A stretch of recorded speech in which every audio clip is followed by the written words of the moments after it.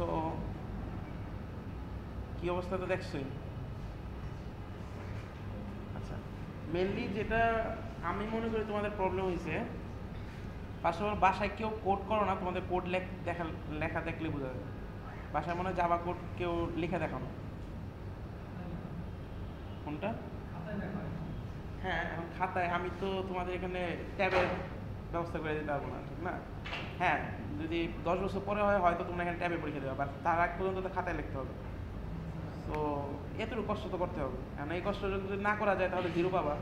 আর তো মানে যেমন এবার পাইছো অনেকেই, মানে জিরো আসলে পাও নাই, মানে যে মার্কগুলো যে দেওয়া হয়েছে, মানে আমার উপরে নির্যাতন করে মার্ক দেওয়া হয়। কারণ তোমরা যে এগুলো কিন্তু মার্ক দেওয়া উচিত না এক হিসাবে। ফর এক্সাম্পল কম্পেয়ার টু আমি যদি মানে অন্য মনে করো যে আগের বছরের কথা যদি চিন্তা করি, আগের বছরে যে এরকম ডিজাস্টার অবস্থা ছিল না। মনে করো তোমাদের এবার হচ্ছিল সবাই হচ্ছিল 15 নিচে, 15 উপরে কেউই পাবো না। তো ম্যাক্সিমাম হলো আসলে 10-এর নিচে। প্রবলেমটা আসলে কোন জায়গায়? এক, আমি ভালো মতো পড়াইতে পারি না, তাহলে ওটা বলতে পারো যে স্যার এইভাবে এইভাবে পড়ানো উচিত না, এইভাবে পড়ালে বেটার হয়। না হলে দেখো, এখন তো আর টিচার চেঞ্জ করা সম্ভব না, আর জাভা ক্লাস একবারই পেপার লাইফে। হ্যাঁ, নেক্সট বার যদি আবার রিপিট না নাও, সো তার আগ পর্যন্ত আমিই আছি, সো এর আগে চেঞ্জ হবে না। সো একটা বেটার উপায় হচ্ছিলো আমার সাথে ডিসকাস করে স্যার এভাবে পড়াইলে বেটার হয়। সেকেন্ড, নিজে ট্রাই করা। বাট আমার মনে হইতেছে তোমরা যেমন জাস্ট ওই যে প্রোডাক্ট ক্লাস যেটা ছিল সেটা অনেকে লিখতে পারো না। যারা কোনো সাবজেক্টে লিখতে পারছে না লিখতে পারছে, মোটামুটি আমি সবাইকে ফুল মার্ক দিয়েছি। যারা মোটামুটি ফাংশনগুলো লিখতে পারছে, ভেরিয়েবল ডিক্লেয়ার করছে। বাট আমি অনেকে দেখলাম যে ফার্স্টে সে তোমরা অনেকে হচ্ছিল মেইন ফাংশনটা ডিক্লেয়ার করছো, এটার ভিতরে ক্লাস ডিক্লেয়ার করছো। এটা কোন ধরনের ক্লাস ডিক্লেয়ার করছো? মেইন ফাংশনের ভিতরে যে গেটের সেটা মেথড ডিক্লেয়ার করছো। এটা কি যেমন আমরা দেখছি এখানে, কিন্তু মেইন মেথডের ভিতরে তোমরা হলো গেটের সেটা ডিক্লেয়ার করছো অনেকে। তারপরে হচ্ছিল যে এই ইরোর আইডেন্টিফাই করা, অনেকে হচ্ছে ওই কোডটাই লিখে রাখছে। মানে মানে কোড লিখে রাখলে স্যারে মার্ক দিয়ে দিবে। হ্যাঁ, আমারও ভুল বানাতে হয়, যেমন কয়েকজন হচ্ছিল আমি মার্ক ঠিক করে দিতে হয় হয়তো লিখছো ওই কোশ্চেনের মধ্যে যে লিখে রাখো, সাইডে লিখে রাখো, লেখারও তো একটা কি আছে, স্টাইল আছে, ঠিক না? মানে হ্যাঁ, আমার হাতে লেখাতে ভালো হতো না, এবার একটু তো সিস্টেমেটিক ওয়েতে লেখা হবে। যেমন আমি কি বলছি, ফুল লাইট কোডটা লেখা নিচে লিখে দেবা। অনেক হচ্ছে যে ফাংশনগুলো লেখা রাখছে, আমি কি বলছি ফুল লাইট কোডটা লেখা, মানে ফুল কারেক্টেড ভার্সনটা লেখা। সো অনেক ওটা লেখো, সেটা হলো 2 নাম্বার কোশ্চেন। 3 নাম্বার কোশ্চেনের মধ্যে যেটা বললাম, ফাংশনের ভিতরে তোমরা ক্লাস ডিক্লেয়ার করছো, ফাংশনের ভিতরে তোমরা গেটার সেটার এক ফাংশনের ভিতরে এক ফাংশন ডিক্লেয়ার করা যায়। আর ওই সময় পর্যন্ত তো আমি মনে হয় তোমাদের ফাংশনের ভিতরে কেউ ক্লাস ডিক্লেয়ার করতে সেটা করাই। তোমার কত ট্যালেন্টেড পাবলিক যে হলো ওই সময় তুমি ইনার ক্লাস ডিক্লেয়ার করেছো। আমি ইনার ক্লাস ডিক্লেয়ার করতে বলছি। আচ্ছা যাই হোক, ইনার ক্লাস ডিক্লেয়ার করছো, তাও তো ইনার ক্লাসের কোনো ডিক্লেয়ার করতে পারো না। কি কি লেখা রাখছে আলাদা জানি, ক্লাস ডিক্লেয়ার করছো, ওটার পাশে আবার কোনো সাথে ডিক্লেয়ার করে রাখছো। সো দ্যাট মিনস হলো বাসায় কোনো সময় তোমরা একটু হাত দিয়ে কোড লেখা দেখো, যারা এই কাজগুলো করছো, মানে দেখলে বলে তোমরা কোড করো আইডিতে দেখো। হ্যাঁ, এখন তোমরা একটা তোমাদের মানে তোমাদের তো এক্সকিউজ দেওয়া হবে, এখন এক্সকিউজ দিতে পারে যে স্যার তো বোর্ডে হাতে করে দেয়, এটা একটা সমস্যা দেবে। হ্যাঁ, এটাও যদি চাও আমি বোর্ডে করতে রাজি আছি, মানে কোনো সমস্যা নেই, ওইটার করলে আমার জন্য বেটার হয়। এখানে মনে করো কোনো কিছু ইরোর হইলে সাথে সাথে মানে স্যারের তো বই আসে, কিন্তু ওইটার মধ্যে আমি বোর্ডে করলে কে কি করতে পারবে, কোনো ধরার উপায় আছে? আমি যেটা কোনো ওইটাই, বাট এখানে ই করলে তো সমস্যা। আমি যদি একটু উল্টাপাল্টা করে দিলে তাহলে ইরোর দেবো, আইডি টার্মিস হবে। কারণ যেভাবে করলে সুবিধা তোমার ফার্স্ট সিটি সবসময় আগেবারও খারাপ গেছে, তাই বলে কিন্তু এরকম না যে আমাদের যা করা সম্ভব। বেশ 3টা যদি লাস্টের 3টা যদি ভালো করতে পারো, তখন বলে তোমার যদি মানে ভালো যদি রেজাল্ট করো, লাস্ট সামনেগুলো যদি এরকম থাকে যে না সবাই মোটামুটি 15 উপরে পাইতেছো, তাহলে আমি চাইলে একটা এক্সট্রা সিটি নিব। বাট যদি দেখি যে সবাই এরকমই পরীক্ষা দিতেছো যে সবগুলাই 15 নিচে, যেমন এবার হাইস্ট মনে হচ্ছে 15 না, এরকম আমার দেখতে মন চায় না। তোমাদের রিয়েলি খাতাগুলো, হ্যাঁ তোমাদের খাতাগুলো দেখতে অনেক মজা লাগছে, অনেক তাড়াতাড়ি দেখা হয়ে গেছে, মানে সবই তো 0, 1 এরকম করে দেওয়া। বাট নিজের কাছে খারাপ লাগছে যে তাহলে পড়ায় লাভ হইল কি। এখন একটু সিরিয়াস হও, সামনে 1 উইক বাকি আছে মিডের। তোমাদের পরীক্ষা মনে হয় হচ্ছে হলো মিডের লাস্ট উইকে, সো মোটামুটি 2 উইক বাকি আছে। আর তোমাদের পরীক্ষাটা হবে হচ্ছে হলো নেক্সট সিটিটা হবে হলো 16 তারিখ, ঠিক আছে, লাস্ট ক্লাসে। আর তোমাদের অ্যাসাইনমেন্ট এটা জমা দিতে হবে, যেটা জমা দিতে হবে 14 তারিখ। 14 তারিখে অ্যাসাইনমেন্ট জমা দিতে হবে, 16 তারিখে তোমাদের হলো পরীক্ষা।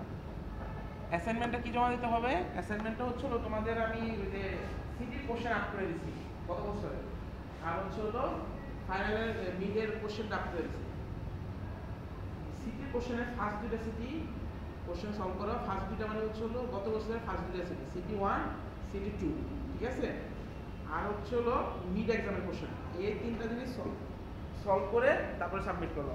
এটা সাবমিট করতে হবে রবিবার, এটাই লাস্ট ডেট। কারণ আমি তোমাদের এরপরে গেটের কাছে দিয়ে দেবো, সেই ওটা দেখে মঙ্গলবার দিন তোমাদের ফেরত দিবে, আদারওয়াইজ তোমার দিতে পারবে না। সো হ্যাঁ, হাতে লিখে দিবা। 2 সেকশন আছে, city 1 city 2 plus mid exam আগের সেমিস্টার। সো এটা সলভ করে দিবা। আর ওখানের মধ্যে একটা কোশ্চেন দেখবা যে ট্রু ফলস একটা কোশ্চেন আছে, আর হলো মিলানো একটা কোশ্চেন আছে। এই দুটো কোশ্চেন সলভ না করলে হবে। ট্রু ফলস একটা কোশ্চেন দেখবা ফাইনালের মধ্যে, আর হলো মিলানো একটা কোশ্চেন আছে যে ছক মিলাইতে হয়, ঠিক আছে। করতে পারো মানে পড়ার জন্য, বাট এটা মানে ম্যান্ডেটরি না, বাট বাকিগুলো করবা। হ্যাঁ, সিটি 1 সিটি 2 আর মিড এক্সাম বললাম না, 16 তারিখ। 16 তারিখ মঙ্গলবার লাস্ট ক্লাস। কি উনি কি আবার কোনো সরকারি ছুটি আছে নাকি? আচ্ছা, সো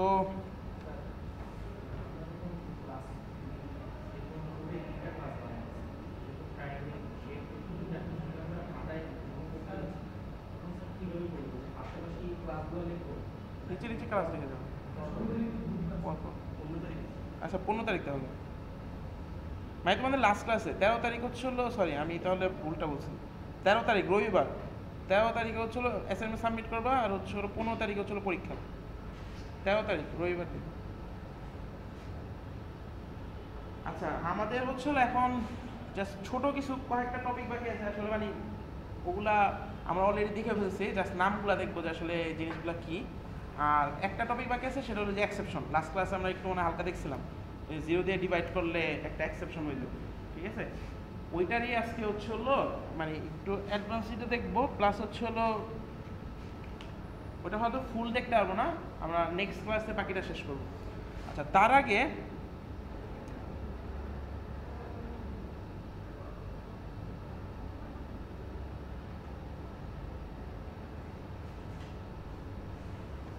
তো লাস্ট ক্লাসে আমরা এরকম একটা মেথড, সরি এরকম একটা ক্লাস ডিক্লেয়ার করছিলাম না, যে আমাদের একটা ক্লাস ছিল শেপ, তাকে এক্সটেন্ড করতে ট্রায়াঙ্গেল, তাকে এক্সটেন্ড করতে রেক্টেঙ্গেল। তো আমরা কি করতাম, শেপ ক্লাসে একটা ভেরিয়েবল ডিক্লেয়ার করে আমরা হচ্ছে ট্রায়াঙ্গেলে একটা অবজেক্ট ইনিশিয়েট মানে রেফার করতে পারতাম, এবং সেম শেপটাই আবার হচ্ছে হলো রেক্টেঙ্গেলকে রেফার করতে পারতাম। মানে কি এক এক সময় এক একটাকে রেফার করতেছে, বাট কোনটাকে রেফার করতে পারবে অনলি তার চিলড্রেন গুলা যদি থাকে, মানে চাইল্ড চিলড্রেন মানে চাইল্ড প্যারেন্ট যদি রিলেশনশিপ থাকে, তাহলে সেই ক্ষেত্রে আমি অবজেক্ট ইনিশিয়েট করতে পারবো। এটা গ্র্যান্ড চাইল্ড হতে পারে, যদি এটার পরে আরেকটা থাকে যে হাফ প্রাইম, তাহলেও সেটাকে আমি ইনিশিয়েট করা যাবে, ঠিক আছে। আর প্রাইম তো না, মানে আর ওয়ান হলো। তো বুঝা গেছে? হ্যাঁ, ফার্স্ট হলো তুমি একটা অবজেক্ট দিয়েই তুমি চেঞ্জ করতে পারতেছো। তুমি ধরো এখানে এই ট্রায়াঙ্গেলটা তুমি কিন্তু ডিক্লেয়ার করো না, এখানে যদি তুমি ট্রায়াঙ্গেল ডিক্লেয়ার করে দিতে পারো না নিউ ট্রায়াঙ্গেল দিয়ে, তাহলে কি তুমি একটা ভেরিয়েবল দিয়ে তুমি সব জায়গায় সবাইকে রেফার করতে পারতেছো না। তো বারবার মনে রাখার দরকার হইতেছে যে এখানে ট্রায়াঙ্গেল, এখানে রেক্টেঙ্গেল, জাস্ট আমার শেপ মনে রাখলে হলো। এখন ওটা কি শেপ, ওটা তো আমি যখন ইনিশিয়েট করবো তখন আমি ডিক্লেয়ার করে দেবো। ফর এক্সাম্পল তুমি একটা লাইব্রেরি ডিক্লেয়ার করো, একটা লাইব্রেরি বানাইলা, যেই লাইব্রেরির মধ্যে হচ্ছে তুমি এগুলো আসলে একটু অ্যাডভান্স ক্লাসে গেলে বুঝতে পারবা। ফর এক্সাম্পল এওপি অথবা মোবাইল অ্যাপ্লিকেশন ডেভেলপমেন্টে গেলে ওখানে হয় কি যে তুমি একটা হচ্ছিল একটা ভিউ থাকে, মনে করো যে মোবাইলের মধ্যে, মানে মোবাইলের ফুল স্ক্রিনটা হলো একটা ভিউ। এখন এই ভিউর মধ্যে আরো অনেকগুলো ভিউ নিয়ে আসতে পারতেছে না। তোমরা যেমন সুইং এর মধ্যে দেখবা, সুইং এর মধ্যে আমার একটা প্যানেল থাকবে, প্যানেলের মধ্যে তোমাদের কি ইয়ের মধ্যে শুরু করছে ল্যাবের মধ্যে আচ্ছা নেক্সটে শুরু করবে, সমস্যা নেই। সুইং এর মধ্যে আমরা হচ্ছে কিছু বাটন থাকে, বাটনগুলো আসলে একটা ভিউ, ঠিক আছে? মানে ভিউ মানে হলো বাটন একটা কিছু শো করতেছে, টেক্সট ভিউ নামে একটা জিনিস আছে, মানে যে টেক্সট ভিউ। তো ওইটা আসলে একটা ভিউ, এটা হলো টেক্সট শো করে। বাটন এটা একটা ভিউ যেটা হলো ক্লিক করা যায়। পাসওয়ার্ড ফিল এটা একটা ভিউ যেখানে পাসওয়ার্ড লেখা যায়। সো এগুলো প্রত্যেকটা ভিউ, কারণ এখন ব্যাকগ্রাউন্ডে একটা ভিউ আছে না, ব্যাকগ্রাউন্ডে একটা ভিউ নিয়ে কাজ করবে। যখন তোমার যেটা দরকার জাস্ট ইনিশিয়েট করে দেবে।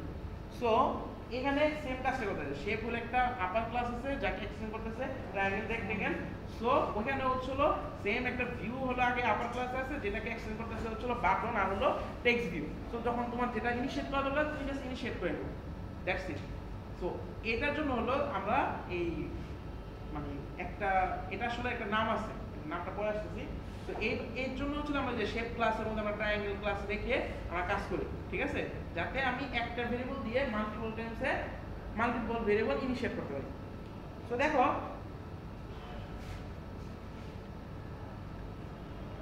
আমরা এখানে তাহলে কি করলাম, যে শেপের একটা ভেরিয়েবল ডিক্লেয়ার করলাম যেটা হচ্ছে কি রান টাইমের মধ্যে তার টাইপটা চেঞ্জ করতেছে না। এক সময় সে ট্রায়াঙ্গেল অবজেক্ট নিতেছে আর এক সময় হচ্ছে হলো রেক্টেঙ্গেল অবজেক্ট নিতেছে। এটাকে বলা হচ্ছে হলো ডাইনামিক বাইন্ডিং। ডাইনামিক বাইন্ডিং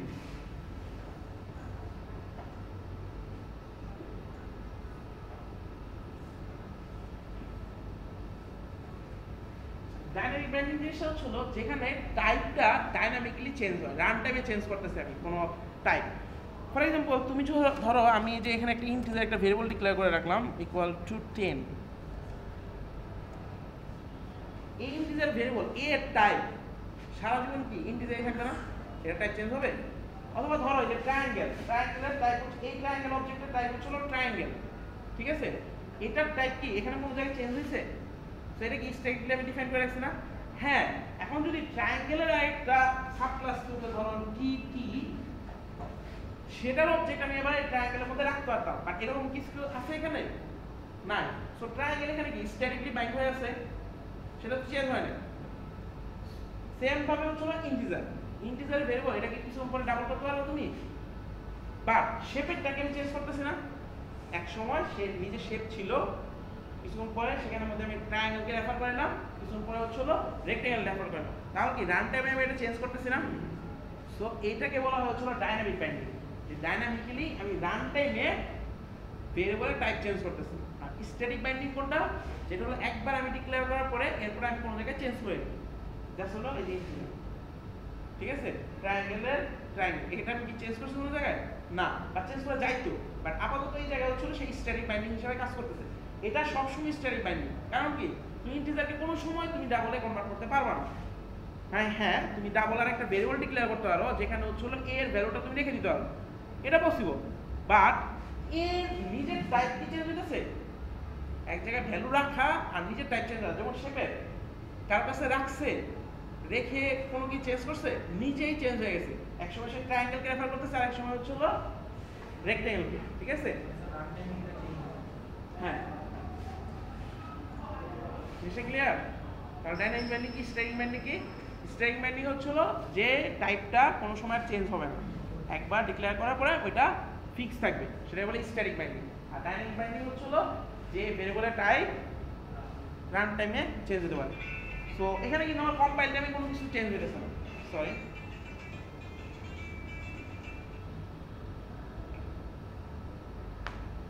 আচ্ছা, সো এটা হচ্ছে ডাইনামিক বাইন্ডিং আর স্ট্যাটিক বাইন্ডিং।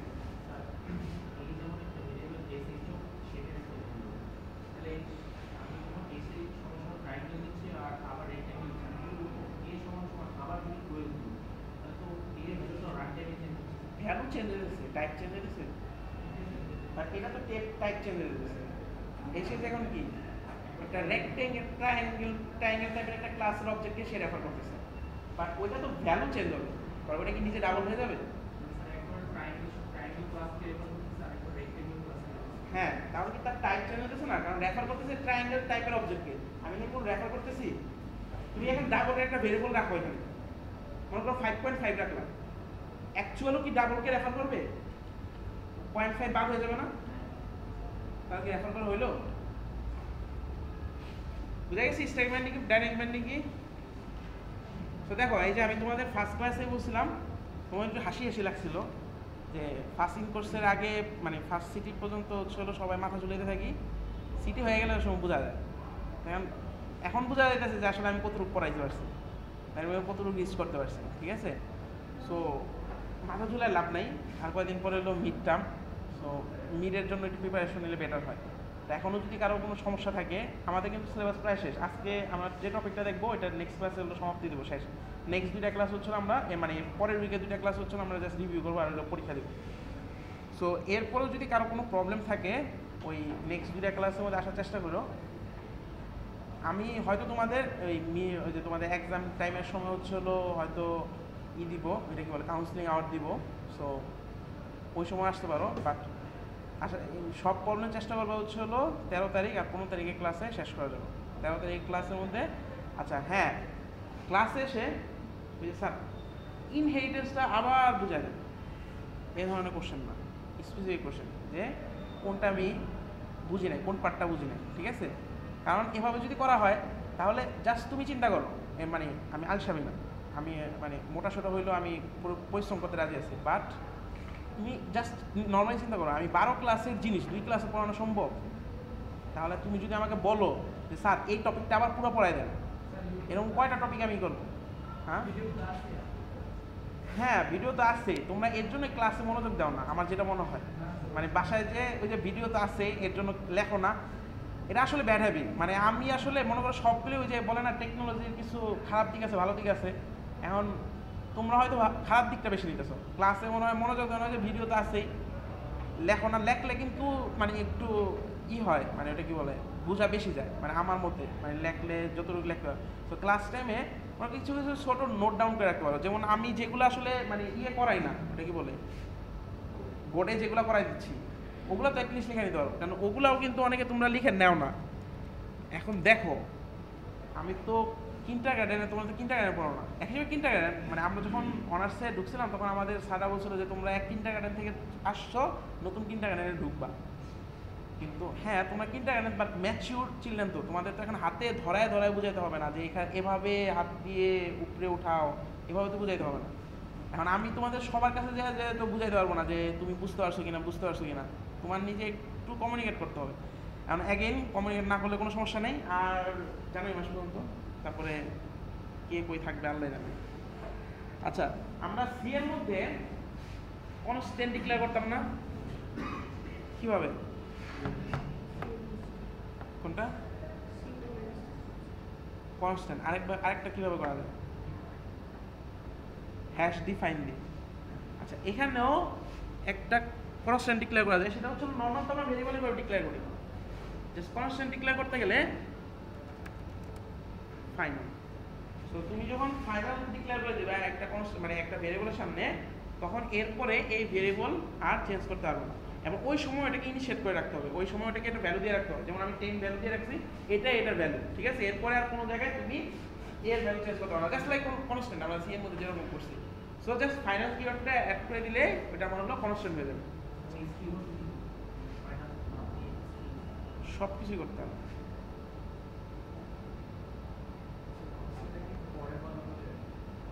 হ্যাঁ হ্যাঁ না না না চেঞ্জ করতে পারবে না, একবার যখন ভ্যালু সেট করে দেবে ওইটাই সেট, এরপর আর কোনো জায়গায় চেঞ্জ করতে পারবে না। না না কোনো জায়গায় চেঞ্জ করতে পারবে না, কনস্ট্যান্ট তো এটাই আমরা দেখছি। হ্যাঁ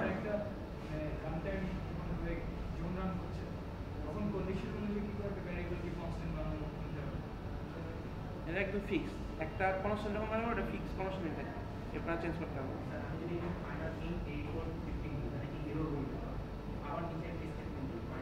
তুমি মানে দুইটা সেম টাইপের কি ভ্যালু ডিক্লেয়ার করা যায়?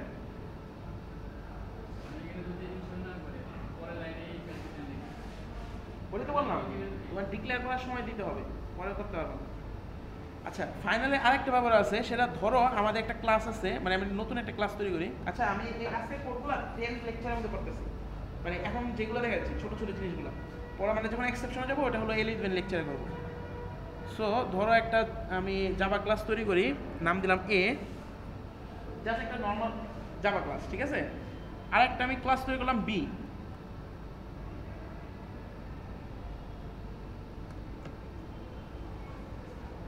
সো এখন ধরো আমি বি ক্লাসকে করে দিলাম ফাইনাল। আচ্ছা, এর আগে এ ক্লাসের থেকে আমি এক্সটেন্ড করলাম হলো বি কে। তাহলে দেখো আমার হচ্ছে হলো দুইটা ক্লাস আছে, একটা হচ্ছে হলো বি, একটা হচ্ছে এ ক্লাস এক্সটেন্ড করতেছে বি কে। আমি ভিতরে কিছু ডিক্লেয়ার করলাম না, ওগুলো তো ডিক্লেয়ার করা যাবে, আমরা তো নরমালি দেখছি ইনহেরিটেন্স দিয়ে কিভাবে আসে, ঠিক আছে? সো আমার কাছে দুইটা ক্লাস আছে, একটা হলো এ আর একটা হচ্ছে হলো বি। এ ক্লাস এক্সটেন্ড করতেছে হচ্ছে হলো বি ক্লাসকে। আচ্ছা, এখন আমাকে বি ক্লাসের মধ্যে যা আছে সবগুলো তো চলে আসবে। আমি বি ক্লাসের মধ্যে ওগুলো ডিক্লেয়ার করলাম না, ধরো আছে কিছু। এখন ধরো আমি এই ক্লাসটাকে ফাইনাল হিসাবে ডিক্লেয়ার করলাম, ঠিক আছে? আমি বি ক্লাসটা যেটা হলো এর প্যারেন্ট ক্লাস সেটাকে আমি ফাইনাল ডিক্লেয়ার করে দিলাম। এটা করলে কি হবে, তুমি এর মধ্যে যে একটা ইরোড দিবে, দেখো can not inherit from final. তুমি একটা ক্লাস যদি ফাইনাল হয় সেই ক্লাসকে তুমি ইনহেরিট করতে পারবে না। তো দেখো আমরা আগে কি দেখলাম, যে কোনো ক্লাসকে আমরা ইনহেরিট করতে পারতেছি, জাস্ট এক্সটেন্ড কিওয়ার্ড লিখে দিলেই আমরা ইনহেরিট করে দিতে পারতাম। বাট এই ইনহেরিটেন্সটা স্টপ করা যাবে। যে ধরো তুমি কাউকে চাচ্ছ যে তোমাকে কেউ ইনহেরিট করতে পারবে না, তখন তুমি কি করবা, আমি নিজে ফাইনাল ডিক্লেয়ার করে দেবো। বাট তোমার কিন্তু নিজে অবজেক্ট তৈরি করা যাবে। যে আমি বি ক্লাস দিয়ে করছি, বি ক্লাসে কিন্তু অবজেক্ট তৈরি করা যাবে, বাট বি ক্লাসে কেউ ইনহেরিট করতে পারবে না। আমরা ইনহেরিটেন্সটা স্টপ করার জন্য আমি ফাইনাল হিসাবে ডিক্লেয়ার করে দেবো, ঠিক আছে?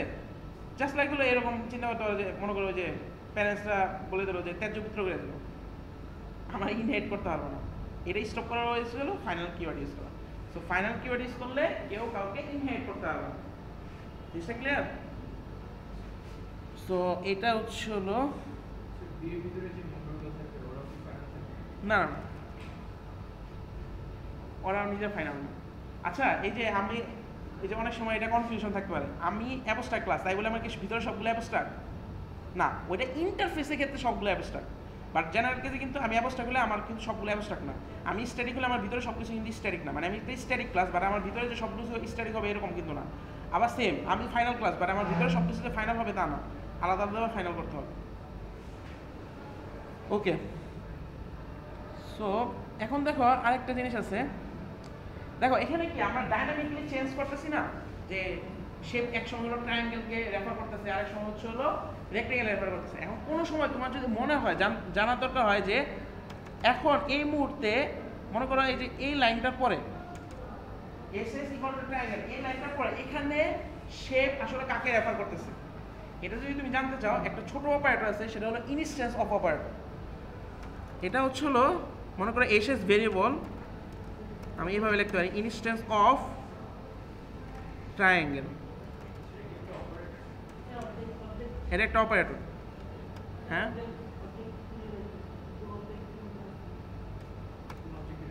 ওইটা আসতেছি, আমি দেখাচ্ছি।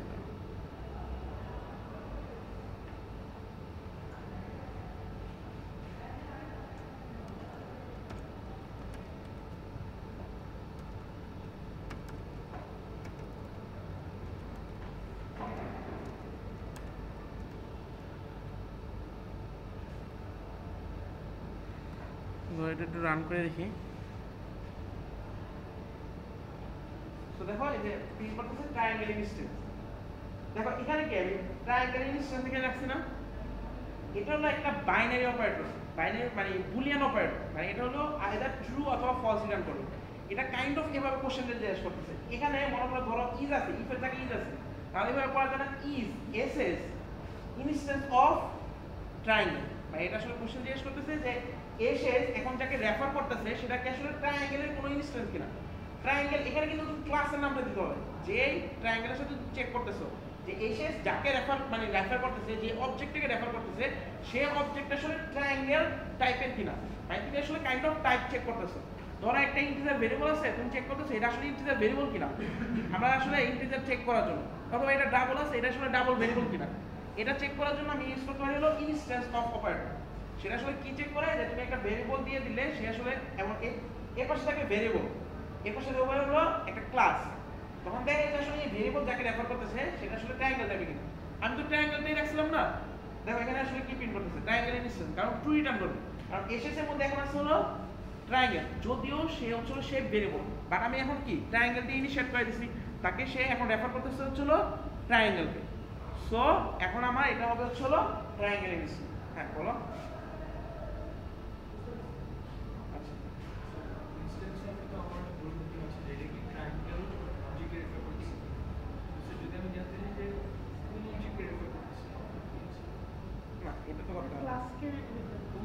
আসলে দেখতে যাচ্ছ যে আমার ভিতরে যে জিনিসটা আছে ওটা ট্রায়াঙ্গেল টাইপের কিনা, তুমি টাইপ চেক করতেছো। এই গেসটাও করতে পারছি যে আসলে কি টাইপের রেফারেন্স আছে তখন মানে তুমি গেস করতে যাচ্ছ সেখানে আমার একটা হ্যাঁ ওটা ওটা অবশ্যই আছে, ওটা আছে। ইনস্ট্যান্স অপারেটর তো বোঝা গেছে, এটা চেক করা জাস্ট আমি কোন টাইপের। এখন তুমি যদি জানতে চাও যে আসলে টাইপটা আছে সে টাইপটা কি, ঠিক আছে, এটার ভিতরে টাইপটা কি, ট্রায়াঙ্গেল, ঠিক আছে, ওইটা যদি জানতে চাও তাহলে ওই ক্লাস নামে একটা আছে, ক্লাস টাইপের একটা টাইপ আছে। ধরো আমি এটা দিলাম সি,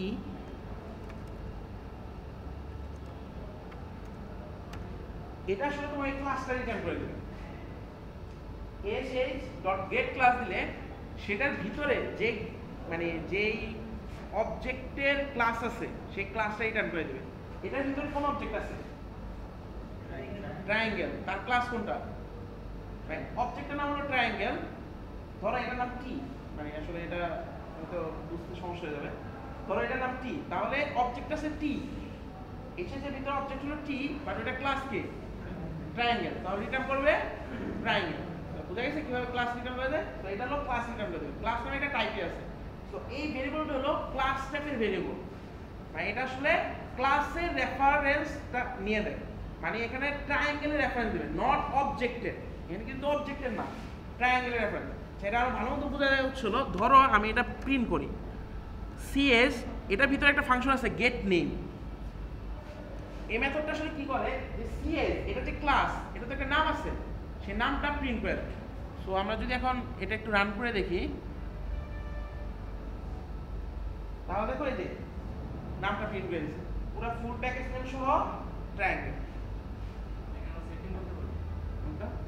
না সেট নেম কি হবে, তুমি যে ক্লাসটা ডিক্লেয়ার করা আছে, ক্লাস তো আগে ডিক্লেয়ার করা আছে না, ওই ক্লাসের নাম চেঞ্জ করতে পারবে না।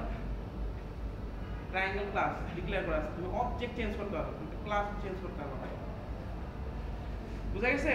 সো গেট ক্লাস দিয়ে হচ্ছিল আমি ওই অবজেক্টের মধ্যে ভেরিয়েবলের মধ্যে কোন ক্লাসের ভেরিয়েবল আছে সেটা আমি ক্লাসের নামটা নিতে পারি, ক্লাসের ইনস্ট্যান্স মানে রেফারেন্সটা নিতে পারবো, এটা হলো গেট ক্লাস দিয়ে। আর ওই ক্লাসের অবজেক্ট থেকে আমি হলো নেমটা নিতে পারবো। হ্যাঁ বলো।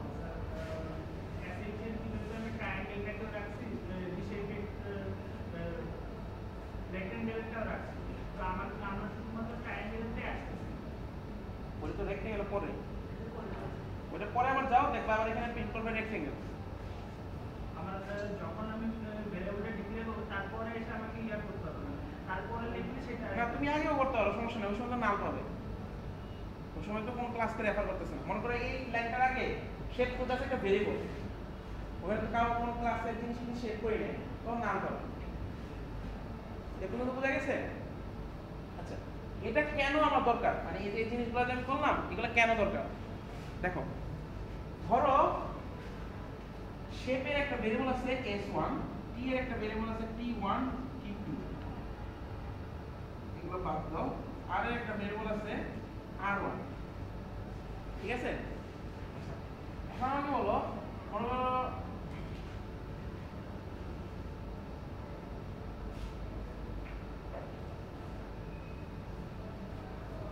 এই দুইটা লাইন মনে করো আমি দিলাম, আমাকে বলো এই দুইটা লাইনে কোনো ইরর আছে, থাকলে কোনটা অথবা না থাকলে কেন।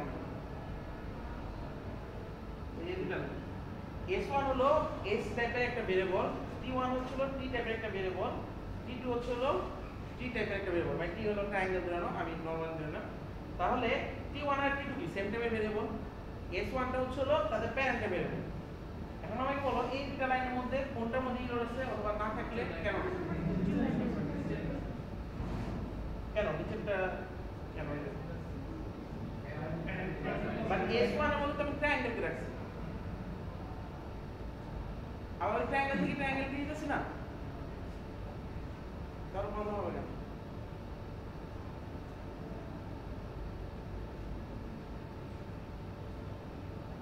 আমরা একটু পড়ছিলাম ক্লাসে ইকুয়ালস, হ্যাঁ হ্যাঁ ঠিক আছে, এই লাইনটার মধ্যে ইরর দিল। আমরা ইকুয়ালস এর মধ্যে পড়ছিলাম অবজেক্ট ক্লাসে কনভার্ট হয়েছে, আমরা অবজেক্ট ক্লাস থেকে যখন আমরা আনতে গেছি তখন আমরা হচ্ছিল কাজ করতে হয়েছিল, ঠিক আছে?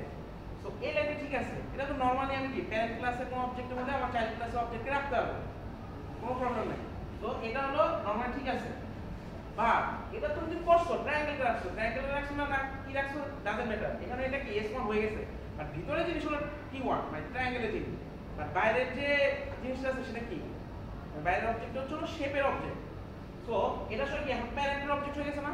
প্যারেন্টের অবজেক্ট থেকে তুমি যদি চাইল্ডের অবজেক্ট দিতে চাও এখানে ইরোড দিবে। বা তুমি যদি এখানে এটাকে কাজ করে দাও তাহলে কিন্তু ঠিক আছে, ঠিক আছে? এরপরে কি করতে পারবা, তাহলে কি এর সব ভেরিয়েবলকে অ্যাক্সেস করতে পারবা, মেথড অ্যাক্সেস করতে পারবা। বা চিন্তা করো, আমি এই লাইনটা বাদ দাও, আমি মনে করো S1 এর মধ্যে রাখলাম R1, রাখা যাবে না? এটা ঠিক আছে। T2 এর মধ্যে এখন যদি S1 করি, এমন কাজ করি S দিয়ে, সরি এখানে কাজ করতে হবে T দিয়ে, এখানে কাজ করতে T দিয়ে, কারণ এটা তো T তে কনভার্ট করতেছি। এখানে যদি কাজ করি T দিয়ে, দুইটাই কিন্তু রাইট, তুমি কাজ করতেছো, তুমি কাজ করলে যা কিছু আছে সব কিছু রাখতে হবে।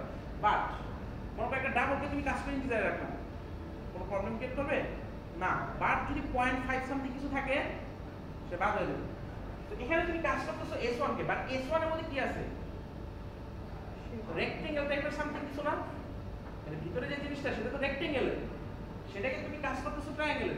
এখন মনে করো রেক্টেঙ্গেলের মধ্যে প্রিন্ট R নামে একটা ফাংশন আছে, আর ট্রায়াঙ্গেলের মধ্যে প্রিন্ট T নামে একটা ফাংশন আছে। এখন তুমি যখন T2 equal to print T দিবা, সেটা কল করতে পারবে? কারণ প্রিন্ট T এর জন্য কোনো কিছু ইনিশিয়েট হয়েছে, সে তো তুমি প্রিন্ট R কে হলো ইনিশিয়েট করে এখানে নিয়ে আসছো। তো এই লাইনটা কাজ করবে, বুঝা গেছে? এমন এখানে তুমি যদি প্রিন্ট R দাও তাও তো কাজ করবে না, কারণ তুমি R এর জিনিস শুধু T তে নিয়ে আসতেছো, এখানে তো T এর কোনো কিছু নাই, তো এই লাইনটা কিন্তু কাজ করবে না। বাট আমি এখানে যদি T2 equal to print T দিতাম, এটা কিন্তু কাজ করবে। কারণ কি, ট্রায়াঙ্গেলের অবজেক্ট S1 নিছি এবং ওইটাকে কাজ করে আবার T তে কনভার্ট করছি, তাহলে তো আমার কোনো লস হয় না, আমি ঘুরে ফিরে তো সেম জায়গায় আসছি। জাস্ট লাইক এভাবে চিন্তা করো, মনে করো তোমাদের ইউআই তে দুটো হল আছে, তাহলে তুমি একটা হলের মধ্যে উঠছো, মনে করো হল এ তে তুমি উঠছো, কয়েকদিন পরে হল বি তে তুমি যেতে চাইলা, তাহলে কি করতে হবে, কাজ করতে হবে, মানে একটা অ্যাপ্লিকেশন করতে হবে, অ্যাপ্লিকেশন করে তুমি হল বি তে চলে যেতে পারো, কোনো প্রবলেম হবে? বাট ধরো কোনোভাবে অন্য কোনো একটা ইউনিভার্সিটির স্টুডেন্ট হল এ তে কোনোভাবে ঢুকে গেছে, এই যে এখানে ঢুকে গেছে, এরপরে যদি আবার হল বি তে যেতে চায় তখন ধরা খাবে না, তখন তোমাকে আইডি দিতে হবে অ্যাপ্লিকেশন করার জন্য। ধরো হল এ তে ঢোকার সময় তো তার কিছু করতে হয় না, পরবর্তী যখনই করতে হয় তখন তো কাজ করতে হবে, এরপরে যখন কোনো সময় তার নাম লোড করবে তখন প্রবলেম হবে না, তখন তাকে ধরে ফেলবে, তো এখানে ইরোড দিবে, এখানে যে এক্সেপশন দিবে, বুঝা গেছে? এখন তুমি যে কাজ করতেছো, তাহলে কাজ করার আগে তোমার জানলে ভালো হতো না যে S1 আসলে কাকে রেফার করতেছে। যদি রেক্টেঙ্গেলকে রেফার করে আমি কাজ করব না, আর যদি রেক্টেঙ্গেল রেফার না করে যদি ট্রায়াঙ্গেলকে রেফার করে তাহলে কাজ করব। এটা ইনস্ট্যান্স অপারেটর দিয়ে করা যায় না? যদি ইনস্ট্যান্স আমি থেকে HS এর ভিতরে ট্রায়াঙ্গেল আছে তাহলে ট্রায়াঙ্গেল দিয়ে আমি কাজ করতে পারবো, আর নাহলে কাজ করব না আমি। এই যে এই লাইনটার আগে আমি জাস্ট একটা চেক দিয়ে রাখবো, এই লাইনটার আগে আমি চেক দেব যে এটা আসলে ট্রায়াঙ্গেল, এটা মানে S1 এর ভিতরে কি আছে, ট্রায়াঙ্গেল আছে না রেক্টেঙ্গেল আছে, যদি ট্রায়াঙ্গেল থাকে তাহলে কাজ করো, সমস্যা নেই। আবার সেম এই জায়গাতে আবার একই জিনিস করতে হবে, যে দেখতে হবে যে আমি S1 এর ভিতরে যে জিনিসটা আছে সেটা রেক্টেঙ্গেল না ট্রায়াঙ্গেল, যদি ট্রায়াঙ্গেল থাকে তাহলে কাজ কি করতে দিব না, তাহলে বাকি লাইন এক্সিকিউট হবে, আর কোনো প্রবলেম হবে? তো ইনস্ট্যান্সের কাজ বুঝা গেছে? তো ইনস্ট্যান্স অপারেটর কাজ হচ্ছে হলো যে কোনো সময় যদি এরকম তুমি কাজ করতে যাও, এই ধরনের কোনো সিনারিও যদি চলে আসে সেই ক্ষেত্রে ইনস্ট্যান্স অপারেটরটা কাজ করে, আর অনেক ক্ষেত্রে কাজ করে, মানে এটা হলো একটা ট্রিভিয়াল এক্সাম্পল। আর নরমালি হলো গেট ক্লাস আর গেট নেমটা এখন ভালো মতো বুঝতে পারবো না, এটা একটু অ্যাডভান্স জিনিস, মানে তোমরা যখন কোনো লাইব্রেরি ক্রিয়েট করতে যাবা তখন হয়তো গেট ক্লাস গেট নেমের কাজটা একটু বেশি আছে। বাট আপাতত মনে রাখো যে গেট ক্লাস দিয়ে হচ্ছে হলো কোনো একটা অবজেক্টের ক্লাসের রেফারেন্সটা নেওয়া যায়, এটা কিন্তু ক্লাসের রেফারেন্স, এতদিন আমরা অবজেক্টের রেফারেন্স দেখে আসছি, এটা হচ্ছে হলো ক্লাসের রেফারেন্স, এবং তার থেকে আবার হচ্ছে হলো নেমটা নেওয়া যায়। আচ্ছা এবার যদি দেখো SH কার ভেরিয়েবল, শেপ ক্লাসে, শেপ ক্লাসের মধ্যে গেট ক্লাস নামে কোনো মেথড আছে? আসলে বলা যায় অবজেক্ট ক্লাস থেকে, কারণ আমি কি বলছিলাম অবজেক্ট ক্লাসে কতগুলা স্পেশাল ভেরিয়েবল মানে মেথড আছে। একটা ছিল আমরা করছিলাম টুইস্টিং ইকুয়ালস, আজকে হলো গেট মানে গেট ক্লাস। স্যার আমি যদি একটা ক্লাসের রেফারেন্স এখন পাই তাহলে ওই ক্লাসের যে ইনিশিয়াল রেফারেন্সটা ছিল ওটা চেঞ্জ করতে পারবো না? হ্যাঁ, চেঞ্জ করতে পারবা রিফ্লেকশন দিয়ে, ওটার কাজ আলাদা। ওটা হচ্ছে হলো যে তুমি ওই সময় আমি যে বলছিলাম না প্রাইভেট ভেরিয়েবল অ্যাক্সেস করা যায় রিফ্লেকশন দিয়ে, ওটা কি করতে পারো, এটা হলো আমার একটা টিউটোরিয়াল আছে রিফ্লেকশন উপর, ওটা একটু দেখতে পারো। জাভা রিফ্লেকশন, ওইটার মধ্যে হচ্ছে গেট ক্লাস গেট নেম এগুলোর ভালো কাজ আছে। এই যে দেখো এই যে অ্যাডভান্স যে জিনিসগুলো, শোনো সেদিন মানে তোমাদের 1 মাস আগে তোমাদের যে রানা স্যার কি ছিল না, রানা স্যারের সাথে কথা হইতেছিল, মানে আমরা তো same varsity Dhaka university. So তখন তোমাদের রানা স্যার বলতেছিল যে মনে করো তোমাদের যে যে পরিমাণ ইনফরমেশন দেওয়া হয়, অ্যাটলিস্ট ম্যাটেরিয়ালস বাদই দিলাম, ইনফরমেশন দেওয়া হয়, ওই ইনফরমেশনগুলোর যদি 10% আমরা পাইতাম, হয়তো আমরা এখন চিন্তা করতেছি আমরা উল্টায় ফেলাইতাম, বাট আসলে পড়তে পারতাম না। কারণ আমি ওই সময় তোমাদের রানা স্যারকে বললাম যে আসলে ওই সময় হয়তো আমরা এত বেশি ইনফরমেশন পাওয়ার বলে আমরা সব কোনোটাই ইউজ করতাম না। বাট আমরা হচ্ছে হলো ওই ঢাকা ইউনিভার্সিটির মধ্যে খুব কম পরিমাণে ইনফরমেশন পেতাম, মানে স্যাররা তো কোনো ইনফরমেশন দিতই না, আমরা হচ্ছে হলো নিজেদের থেকে নিতে হইতো, আবার হলো যে বড় ভাই তাদের পিছনে পিছনে ঘুরতে হইতো। আর তোমাদের মধ্যে তো মনে হয় বড় ভাই ছোটো ভাই কারে আছে চিনোই না, মানে ছোটো মানে বড় ভাইরে হয়তো বলো যে মানে ছোটো ভাই হয়ে যায়, মানে কাইন্ড অফ মানে মানে অনেক সময় তো লিফটে উঠলে আমাকেই চিনো না যে আমি কি টিচার নাকি, এটা কিন্তু আসলে মানে সুবিধা আছে অনেক সময়। তোমাদের যেমন একদিন হচ্ছিল আমি এই নিউ মার্কেট থেকে আসতেছিলাম, পাশের সিটে হচ্ছিল তোমাদের 2জন স্টুডেন্ট বসে বসে কথা বলতেছিল, এমন আমার নামে রিভিউ দিতেছিল। তো আমি পাশে বসে বসে শুনতেছিলাম, বাট সে আমাকে চিনে না, মানে সে জাস্ট বলতেছিল যে আমাদের এক আকাশ স্যার আছে প্রোগ্রামিং কন্টেস্ট দেখে, আর হচ্ছে হলো আরও কয়েকজন সময় রিভিউ টিভিউ দিতেছে, আমার নামে আরও কয়েকটা রিভিউ দিছে, বাট সে আমাকে চিনে না। তো এটা একটা মজার যে আমার পাশে আমি আরেকজনকে শুনতেছি, যেমন আমি ঢাকা ইউনিভার্সিটিতে গেলেও এই জিনিসটা হয়, মানে ঢাকা ইউনিভার্সিটিতে অনেকেই আমাকে চিনে না, জানে যে আকাশ ভাই নামে এক ভাই আছে, যে ভাই হচ্ছে হলো আগে এরকম প্রোগ্রামিং কন্টেস্ট করতো, সফটওয়্যার কন্টেস্ট করতো, যার নাম হচ্ছিল ওয়েবসাইটে গেলে পাওয়া যায়। বাট আমি যদি ওই লিফট দিয়ে উঠি দেখে কোনো সময় আমার দেখতে চিনবে না, কারণ আমি হলো মনে করি আমি ক্লাসে যাইতাম কাজ টাজ করে আবার দৌড় দিয়ে চলে আসতাম, অথবা গেলে ল্যাবের মধ্যে বসে থাকতাম, আমাকে কেউ ওই যে মনে করো টিটি খেলা এগুলোর মধ্যে পাইতো না। সো মানে তেমন বেশি ইন্টারাকশন হইতো না, বাট জানতো যে আকাশ নামে এক ভাই আছে। এখন মনে করো আমাদের হচ্ছিল আবার ভার্সিটিতে 2 আকাশ হয়ে গেছে। তো আমি হয়ে গেছি এখন বড় আকাশ, আরেকজন হয়ে গেছে ছোটো আকাশ। বা সেও ভালো, মানে সেও যেমন একবার হচ্ছিল তোমার মানে সে একবার এসে মানে ছোট আকাশ, সে হচ্ছিল এসে আমাকে একদিন বলতেছে যে ভাইয়া, মানে সে খুব ভয় পাইতো মানে প্রোগ্রামিং কন্টেস্ট মানে সফটওয়্যার ডেভেলপমেন্ট কন্টেস্ট করতে। সে একদিন এসে বলতেছে যে সে মাত্র ফার্স্ট ইয়ার বয়স, আমাকে এসে বলতেছে যে ভাই আমি আসলে জাভা টাভা কিছুই পারি না, মাত্র সি শেষ করছি, তা আমি আসলে মোবাইল অ্যাপ্লিকেশন একটা কন্টেস্টে যাবো। তাই আমি বললাম যে এগুলো তো সবাই তো ফার্স্টের দিকে একটু ফাল পারে, একটু দেখাই দিলে পরের দিন আর জীবন আসবে না। তো আর আমি ফার্স্টে কয়েকদিন দেখাই দিছি, পরে দেখতেছি না ভালোই ইন্টারেস্ট আছে। এবং সে একদিন এসে বলতেছে ভাইয়া আসলে আপনার নামের সাথে আমার নাম মিলে যাওয়ার পরে আমার একটু প্রেশার বেড়ে গেছে, এখন কন্টেস্টে গেলে বলে যে তোমাদের না আকাশ নামে আরেক ছিল আগে কন্টেস্ট করতে এরকম, সো এখন মানে ভালো না করলে খারাপ লাগে। এখন সে ফর্চুনেটলি সে ফার্স্ট ইয়ার স্টুডেন্ট, সে জাভা পারতো না, সে জাভা শিখছে। আমি তাকে জাস্ট একদিন কয়েকগুলো টিউটোরিয়ালস বলে দিয়েছি, আমি নিজে কোনোদিন বসে বসে শিখাইনি, আমি জাস্ট তাকে কতগুলো ইনফরমেশন দিয়েছিলাম। সে আসতো আমার কাছে, আমি মনে করো 30 মিনিট 1 ঘন্টার মতো আমি টাইম দিতাম, বলতাম যে এই জিনিসগুলো আছে এগুলো শিখতে পারো। তারপরে হচ্ছে জাভা শেষ করার পরে একদিন আমাকে ধাপে ধাপে সে লেগে থাকতো, এরকম না যে তারা ডাক দিয়ে আনতো, সে নিজে আসতো আমাকে যখনই দেখতো। মনে করো এখনও যদি মনে করো ওয়াশরুমে দেখে মানে আকাশ ভাই চিল্লায় ধরবে, মানে আবার শেখা শুরু করবে। তো এর থেকে আমি আমার মাঝে মাঝে দূরে দূরে থাকতাম, মনে করো কেউ দেখলে হয়েছে আমি করতাম কি অন্যদিকে দৌড় দিতাম, কারণ জানি যে এই পাবলিক আসলে। বাট সে খুবই ভালো, বাট মনে করো আমি যখন বিজি থাকি তখন তো আর করা যায় না।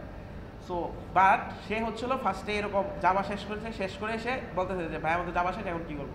তারপরে আবার বললাম যে এই জিনিসগুলো করো, তারপরে মোবাইল অ্যাপ্লিকেশনে করো, এবং সে ওই কন্টেস্টের মধ্যে 2nd প্রাইজ পেয়েছিল। তো চিন্তা করে দেখো, যে জাভা পারতো না সে জাভা শিখছে, শিখে মোবাইল অ্যাপ্লিকেশন ডেভেলপমেন্ট শিখছে, ফার্স্ট ইয়ার স্টুডেন্ট, তারপরে কন্টেস্ট করে 2nd প্রাইজ। এবং ওই কন্টেস্টে আমরা হচ্ছিলো মানে মানে এমন মিল আছে, মানে আমি ওই কন্টেস্টে আমার যখন ফার্স্ট টাইম ছিল আমিও 2nd হয়েছিলাম, সেকেন্ড বার যখন হয়েছে তখন হচ্ছিল আমি আমার ফার্স্ট হয়েছিলাম, আর থার্ড বার যখন হয়েছে তখন আরেক আকাশ সেকেন্ড হয়েছে। এটা হচ্ছে তোমাদের ইটলেপস একটা কন্টেস্ট হয়, নাম শুনে থাকবা, ইটলেপস মোবাইল অ্যাপ্লিকেশন ডেভেলপমেন্ট কন্টেস্ট, ওইটার মধ্যে এরকম হয়েছে।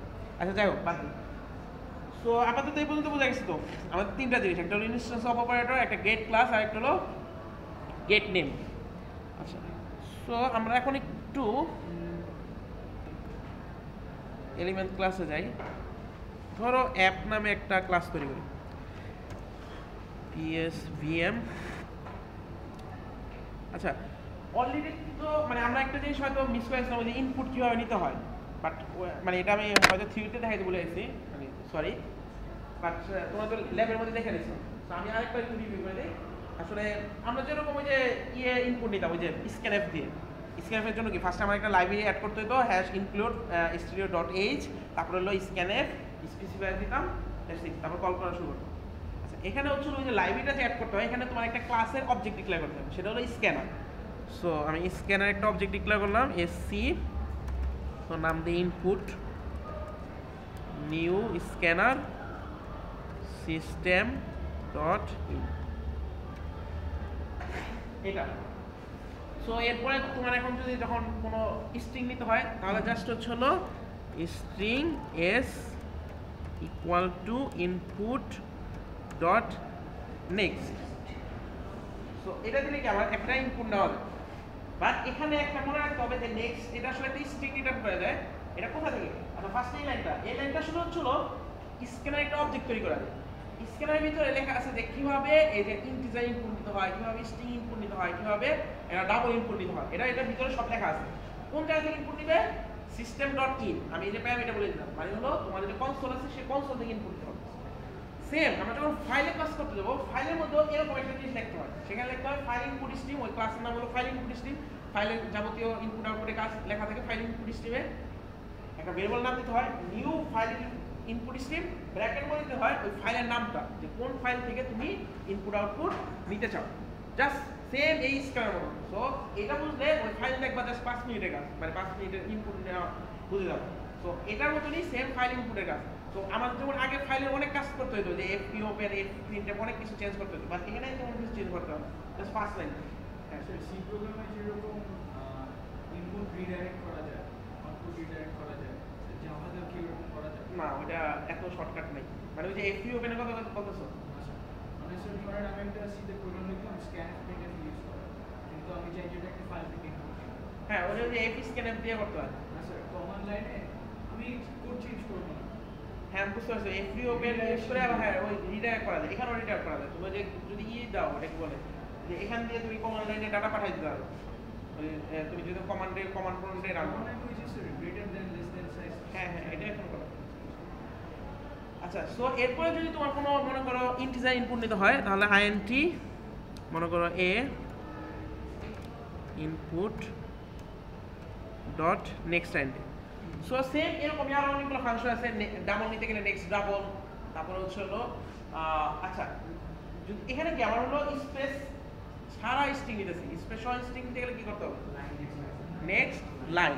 সো এখানে হচ্ছে আমার নেক্সট লাইন নামে একটা মেথড আছে, যেটা হচ্ছে হলো স্পেস সহ ইনপুট নিয়ে দেবে, সেটা হচ্ছে হলো নিউ লাইন না পাওয়া পর্যন্ত সেই ইনপুটটা নেবে।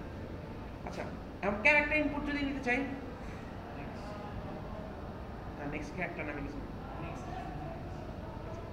নেক্সট নিতে গেলে দেখো তুমি ক্যারেক্টার যদি ইনপুট নিতে চাও নেক্সট দিয়ে ইনপুট নিতে পারো, এবং নেক্সট দিয়ে ইনপুট নেওয়ার পরে সেটাকে একটা স্ট্রিং এ কনভার্ট করে দিবে না, বাট ওটা তো ক্যারেক্টার হলো না, বাট ওটা ফার্স্ট ইন্ডেক্সটা নিয়ে নিল না।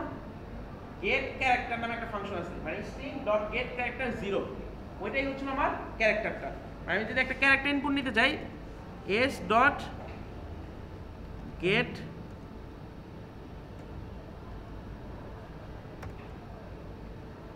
না সরি ক্যারেক্টার অ্যাট 0। সো এটা যদি দাও তাহলে সে কি করবে, ওই 0 ইন্ডেক্সে যে ক্যারেক্টার আছে সেটা রিটার্ন করে দিবে। তাহলে এখানে একটা ক্যারেক্টার ভেরিয়েবল লিখে দিতে পারো, সামথিং লাইক দ্যাট হোম, ঠিক আছে।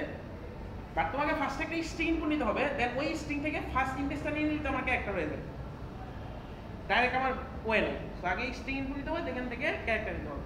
পুরো স্ট্রিংটার মধ্যে আমি s দিলাম, আবার ওই s এর ফার্স্ট ইন্ডেক্সটাই জিরো করে ঢুকে যাবে এখানে স্ট্রিং টু এস পুরো নাম একটা স্ট্রিং আর এস একটা স্ট্রিং মানে এস দিলাম এস দেওয়ার পর সিএইচ এর মধ্যে কি ওই জিরো নম্বর ইন্ডেক্সটা ঢুকে যাবে। হ্যাঁ আচ্ছা, সো ধরো আমি এটাকে প্রিন্ট করি, জাস্ট স্ট্রিংটা আর এটাকে প্রিন্ট করি, সরি এস আউট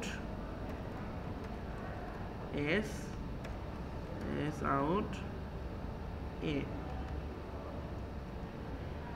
সো এটাকে যদি এখন রান করি, ফার্স্টেরটা কি, সে একটা স্ট্রিং এক্সপেক্ট করবে। এখন আমি যদি স্ট্রিং না দিই, এখন কি একটা ইন্টিজার এক্সপেক্ট করতেছে না, ইন্টিজার এ নেক্সট ইন্টিজার হিসেবে। এখন ধরো আমি এখানে ইন্টিজার না দিলাম, আরেকটা স্ট্রিং দিলাম, মনে করো এ সামথিং, এরর দিছে না, এটা কেন দিছে দেখো, ইনপুট মিসম্যাচ এক্সেপশন, কারণ আমি এক্সপেক্ট করতেছিলাম একটা ইন্টিজার এবং তুমি দিছো আমাকে string, so input mismatch error দিবে, কারণ সে ইনপুটে নিতে পারতেছে না। এটাই হচ্ছে এক্সেপশন। তো এক্সেপশন কি, এক্সেপশন একটা স্পেশাল টাইপ অফ এরর যেটা হচ্ছিল রান টাইমে ঘটে। রান টাইমে কিরকম, যে আমি একটা অ্যাপ ইউজ করতেছি, তোমাদের অনেক সময় করে না ফোর্স ক্লোজ দেওয়া বসে না, যে ফর এক্সাম্পল এই মোবাইলের ক্ষেত্রে যদি বলি, অনেক সময় বলে না যে আনফর্চুনেটলি এরর, তারপর একটা ডায়ালগ ওপেন হয়ে যায়, ওকে দিতে হয়, তারপর ওই অ্যাপ থেকে বের হয়ে যেতে। এখানে কি একটা এক্সেপশন ঘটছিল, তো এর জন্য তোমাকে অ্যাপ থেকে বের হয়ে যেতে হইতেছে। এরকম অনেক এক্সেপশনই ঘটে।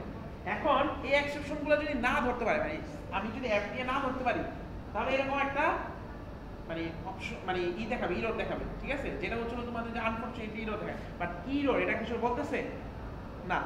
এখন জাস্ট লাইক তুমি এভাবে চিন্তা করো, আমাদের এখন এক্সেপশন এটাকে ধরতে হবে, এটাই আমরা যে পরে করবো এক্সেপশন হ্যান্ডেলিং, ঠিক আছে। তো এক্সেপশন হ্যান্ডেলিং আমাদের কেন করতে হবে, তো ধরো মনে করো এটা তো একটা ইরর হয়েছে। এখন ধরো কোনো একজন মানে একটা প্রোগ্রাম, এরকম একটা প্রোগ্রাম লিখছে যে প্রোগ্রামে হচ্ছে একটা ইনপুট নিবে এবং ওটার করেসপন্ডিং আউটপুট দিবে। মানে এভাবে চিন্তা করতে, ফেসবুকের মধ্যে তুমি পাসওয়ার্ড দিলা, ইউজার নেম পাসওয়ার্ড দিলা, এখন তোমাকে কি বলবো, ইউজার পাসওয়ার্ড মিসম্যাচ বলবো, নাকি ওই ওর ভিতরে যে সিস্টেমের মধ্যে যে ইরোরটা হয়েছে ওই ইরোরটা কি তোমার কাছে নিয়ে দিবে। এখন এরকম একটা ইরোর যদি আমি ইউজারকে দেখাই, নরমাল ইউজার কিছু বুঝতে পারবে? হ্যাঁ, তুমি এখন বুঝতেছো যে না এটা তো একটা এক্সেপশন, কারণ তুমি আজকে শিখছো। বাট জেনারেল ইউজারকে তুমি যদি এরকম একটা কিছু দেখাও, এরকম একটা ইরর দেখাও যে জাভা ইউটিল ইনপুট মিসম্যাচ, তুমি কিছুই বুঝবে না। জাভা তো এটা কিসে জানে না, তার মধ্যে আবার ইউটিল আছে।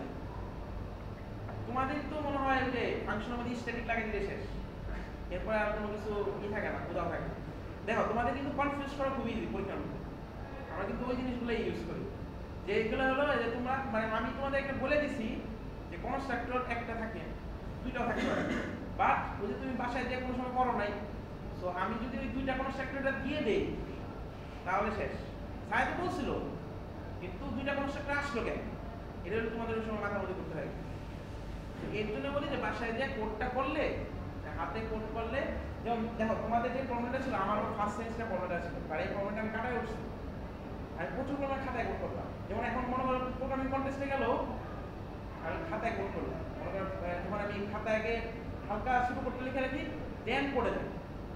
বাট এই অভ্যাসটা কিন্তু একদিনও হয় না। তুমি হয়তো চিন্তা করতেছো হ্যাঁ আমার মাথার মধ্যে আছে, কিন্তু না।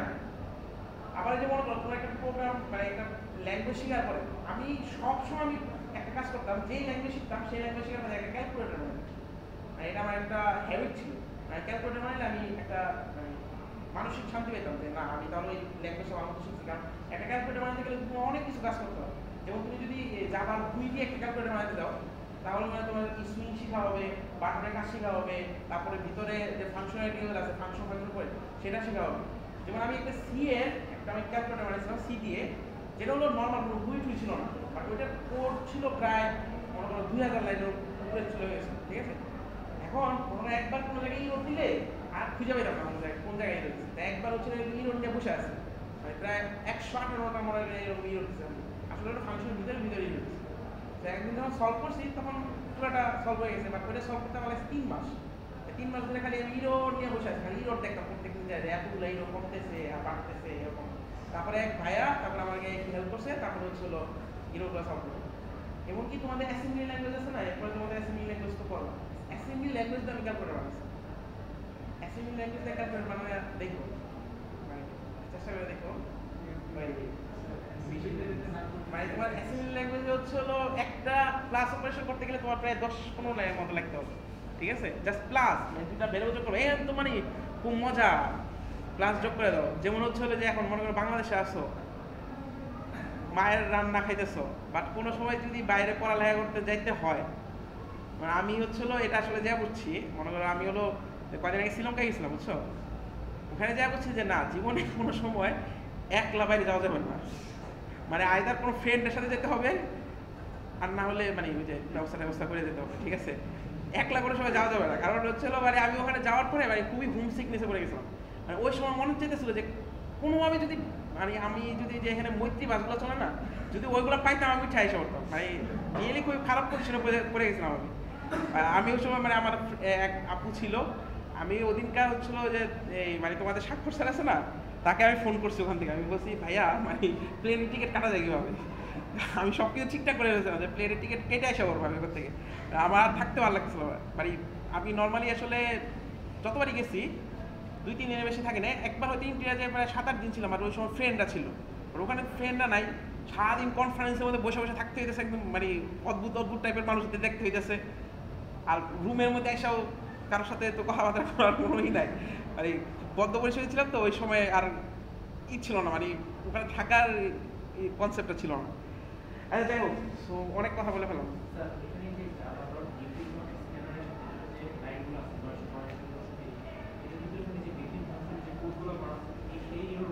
হ্যাঁ সেই রুলবে, এখানে তুমি যদি দেখতে চাও জাস্ট হলো কি আমাকে নেক্সট ইন্টের মধ্যে আমার ইরোরটা দিছে না, এটাকে একটা এক্সেপশন পাঠাই দিছে, রিটার্ন করে দিছে। এটা যদি তুমি দেখতে চাও কন্ট্রোল প্রেস করবা, কন্ট্রোল প্রেস করে ধরে রাখবা, এই মার্কারটা এখানে নিয়ে যাবা, দেখবা যে একটা লিঙ্কের মতন ক্রিয়েট করে দিবে, মানে ক্লিক করবা এখানে, ঠিক আছে? ক্লিক করলে এখানে যেতে পারবা। এটা তো আসলে নেক্সট ইন্টের কোড না, এটা ভিতরে একটা কোড আছে, দেখো নেক্সট ইন থেকে কল করতেছে। আবার সেম কন্ট্রোল প্রেস করে ধরে রাখবা, মার্কারটা এখানে নিয়ে যাও, ক্লিক করো, এই যে দেখো নেক্সট ইন্টার কোড, ঠিক আছে? এই যে এখানে দেখো এই যে থ্রো করতেছে ইনপুট মিসম্যাচ এক্সেপশন, ইরোরটা না ফাংশনটা, যে ফাংশনের ভিতরে তুমি কোড দেখছো এটাকে স্ক্যানার ক্লাস বলতে, দেখো স্ক্যানার ডট জাভা, ঠিক আছে? তো এই যে এখান থেকে আসলে ওই এক্সেপশনটা থ্রো হইতেছে। আচ্ছা এর এই থ্রো এই কিওয়ার্ডগুলো আসলে আমরা নেক্সট ক্লাসে দেখবো। তো আসলে এক্সেপশন এই হ্যান্ডেল করার জন্য যে আসলে আমার যে এখানে যে একটু আগে এই দিটা ছিল, এই যে এক্সেপশনটা দিতে ছিল, আমি তো আসলে ইউজারকে এই জিনিস দেখাইতে চাই না, ইউজারকে আমি একটা মিনিংফুল ইনফরমেশন দিতে চাই। ফর এক্সাম্পল মনে করো তোমার নেট কানেকশন নাই, বাট তাও তুমি অ্যাক্সেস করতে গেলা, তাহলে তোমার কি ফেসবুক তোমাকে বলে না যে তুমি নেট কানেকশন নাই, সো নেট কানেকশন নেওয়ার চেষ্টা করো, বাট তোমার কি ওর সঙ্গে বলে যে না নেট কানেকশন নাই কেন, বাইরে হয়ে যাও, জাভা ইউটিল এই জায়গায় হচ্ছিল ইরোর দিচ্ছে, এরকম কোনো জিনিস বলে না, কারণ নেক্সট নিচে থেকে একটা পপ আপ ওপেন করে দেয়।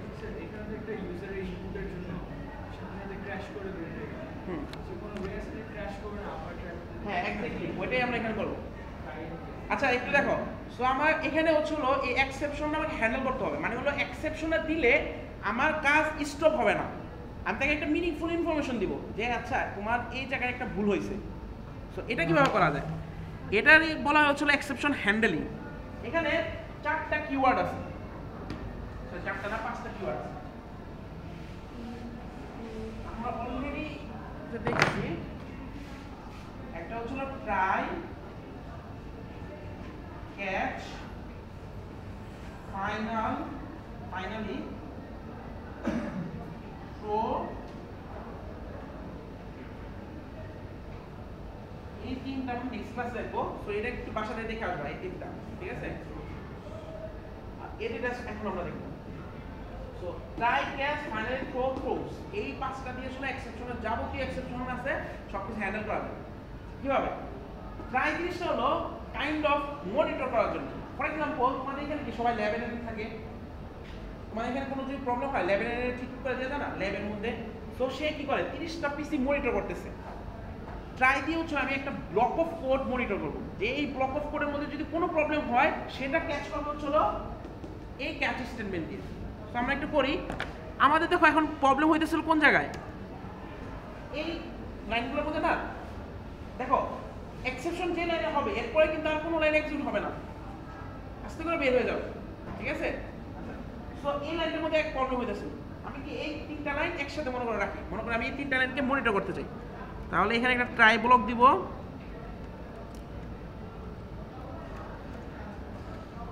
ক্যাচ এক্সেপশন, সরি আমার এখানে হলো এক্সেপশনটা কি ছিল, ইনপুট মিসম্যাচ এক্সেপশন।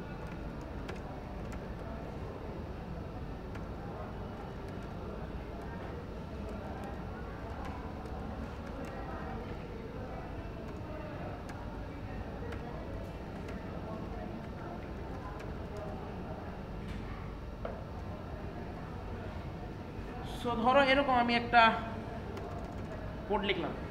তো এই ব্লক অফ কোডকে আমি মনিটর করতে যাচ্ছি, যে ব্লক অফ কোডকে আমি মনিটর করতে যাব সেটা লিখব ট্রাইয়ের ভিতরে। এখানে কোনো যদি এরর হয় এগুলো কিন্তু ডাইরেক্ট এক্সিকিউট হবে না, এইখান থেকে চলে যাবে এই ক্যাচ স্টেটমেন্টে। এটা হচ্ছিল এখানে যে এক্সেপশনটা হবে সেটা ক্যাচ করবে এই জায়গা দিয়ে, দেন এটার ভিতরে যা আছে তা এক্সিকিউট করবে। এইটার পরে যদি এই যে ট্রাই ক্যাচ এগুলো ব্লকের পরে যদি আর কোনো কিছু থাকে তারপরে সেটা এক্সিকিউট হবে, ঠিক আছে। সো এখন দেখো আমরা ট্রাই করে দেখি। ধরো আমরা ঠিক মতনই ইনপুট দিই। সো আমি ফার্স্ট একটা স্ট্রিং ইনপুট দিলাম, দেন 50 ইনপুট দিলাম। সো দেখো এই দুইটা জিনিস প্রিন্ট হলো, এই যে দুইটা জিনিস এক্সিকিউট হয়েছে, এরপরে সাকসেসফুল এক্সিকিউট হয় একবার লাস্ট স্টেটমেন্টটা। ক্যাচের ভিতরে স্টেটমেন্ট এক্সিকিউট হয়েছে, কারণ কি কোনো এক্সেপশন হয় নাই। আবার রান করে দেখি, এবার আমরা একটু ভুল দিয়ে দেখি। সো এখানে আমরা ফার্স্ট একটা স্ট্রিং দিলাম, দেন আরেকটা স্ট্রিং দিলাম,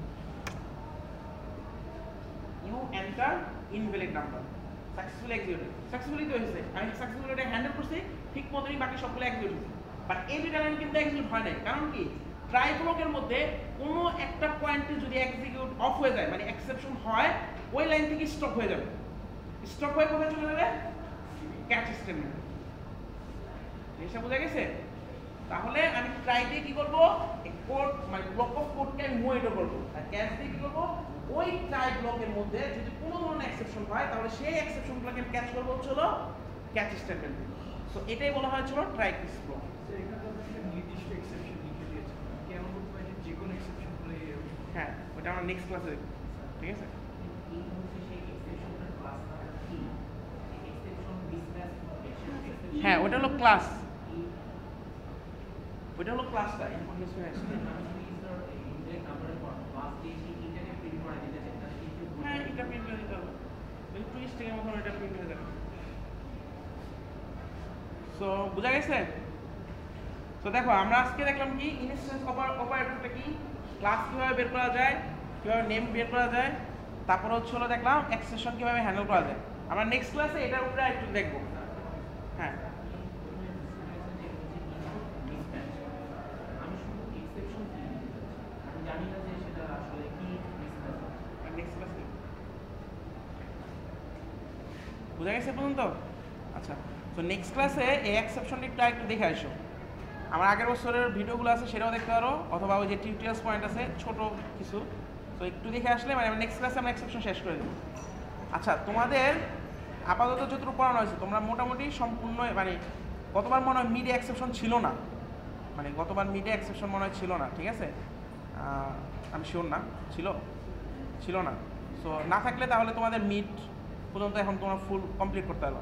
তো এর মধ্যে যদি কোনো প্রবলেম হয় ওই কোশ্চেন সলভ করার জন্য নিজেরাও ডিসকাস করতে পারো, কারণ আমার কাছে তো আমার আশা ঠিক না, কারণ তোমরা এই চিন্তা ভাবনা করো যে আমি ভয়াবহ পাবলিক।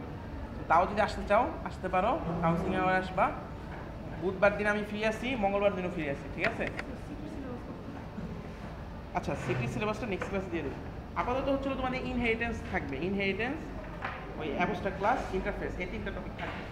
স্যার এই সেকশনের অ্যাটেন্ডেন্স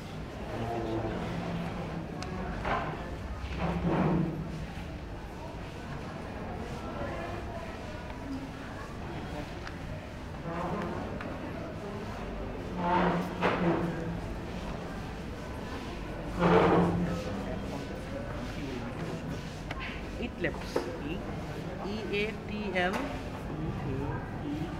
অ্যাপস ওইটা এখন নাই, অন্যগুলো পাবো। এগুলো আসে আগে শিখো, তারপর পরে এসে একদিন দেখা করো।